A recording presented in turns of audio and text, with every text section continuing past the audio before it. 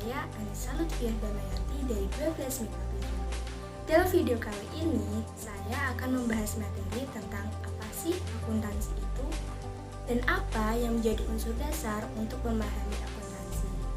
Untuk mengetahui lebih lanjut, simak terus videonya ya.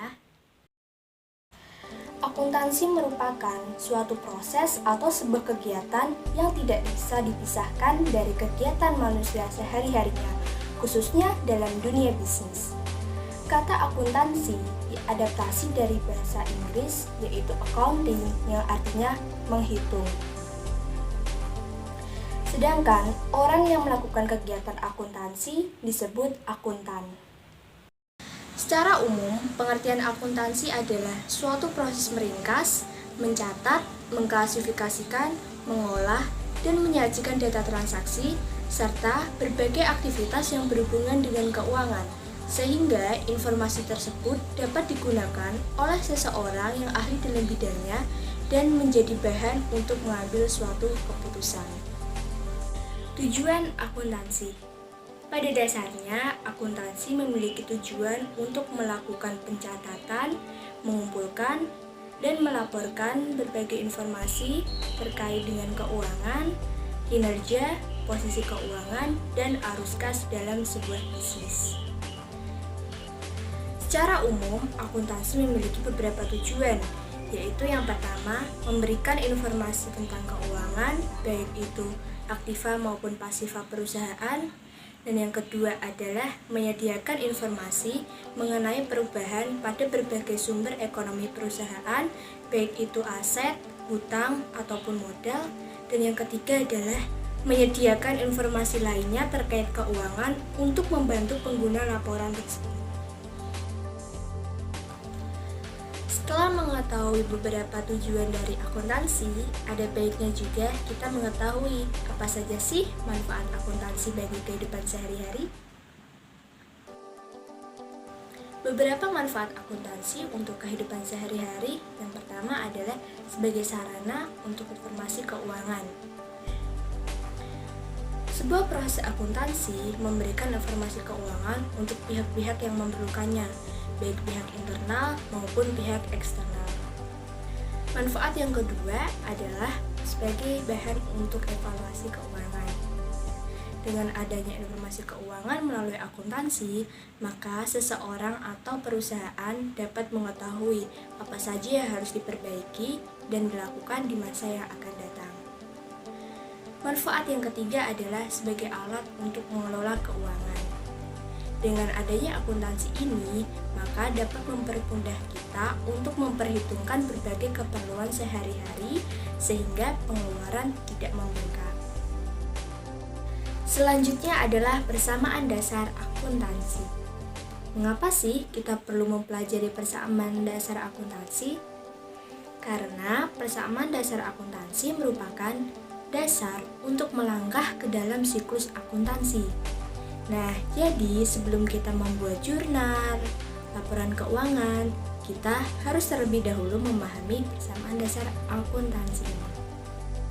Persamaan dasar akuntansi adalah hubungan antara unsur-unsur harta, utang, dan ekuitas dalam satu posisi keuangan perusahaan. Persamaan dasar akuntansi ini merupakan persamaan di mana aktiva atau harta sama dengan pasiva, liabilitas, dan ekuitas. Rumus persamaan dasar akuntansi dapat dituliskan sebagai berikut. Harta sama dengan utang ditambah dengan modal, atau dengan kata lainnya dapat disebut harta sebagai aset, utang sebagai kewajiban, dan modal sebagai ekuitas. Harta, hutang, dan modal merupakan unsur-unsur dari persamaan dasar akuntansi.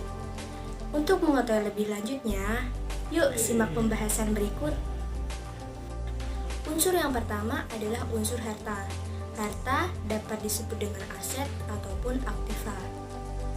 Harta ini adalah semua kekayaan yang dimiliki oleh suatu perusahaan yang dapat dinilai dengan uang dan diharapkan dapat bermanfaat untuk masa yang akan datang. Harta ini dibagi menjadi 3, yaitu harta lancar, harta tetap, dan harta tak berwujud. Yang pertama adalah aset atau harta lancar.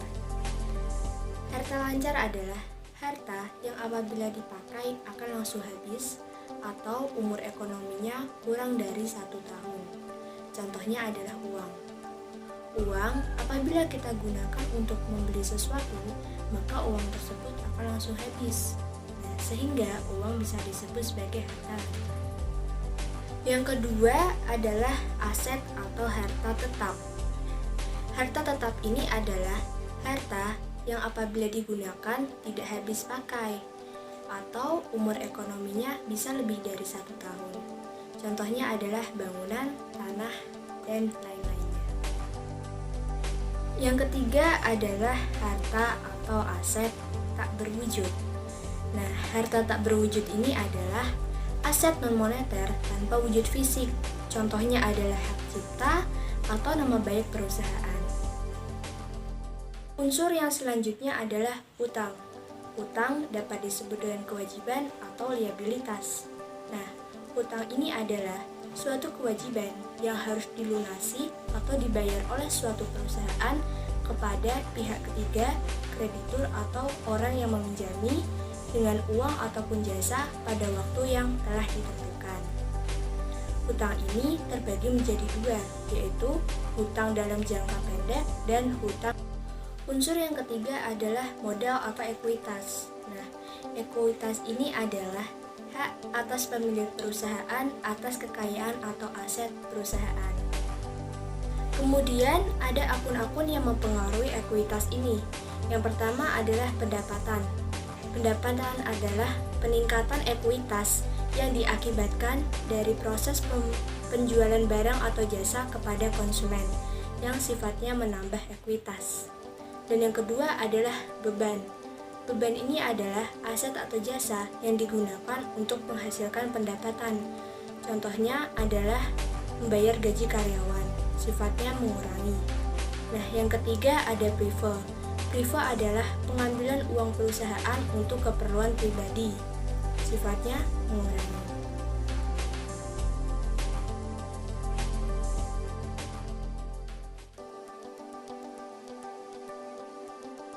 Pertama yaitu menuliskan judul, jasa servis lihin, persamaan dasar akuntansi untuk periode Januari 2013.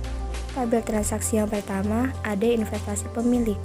Tanggal 1 Januari 2013 penyetoran modal oleh Pak Solihin sebesar 5 juta rupiah.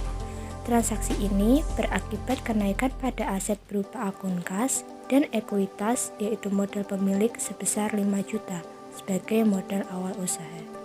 Transaksi yang kedua yaitu pembelian peralatan. Tanggal 15 Januari 2013 membeli peralatan elektronik sebesar Rp300.000, tetapi baru dibayar per kas Rp200.000.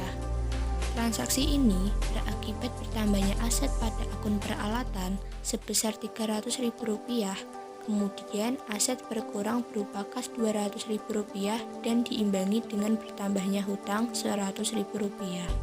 Transaksi yang ketiga yaitu ada pendapatan jasa.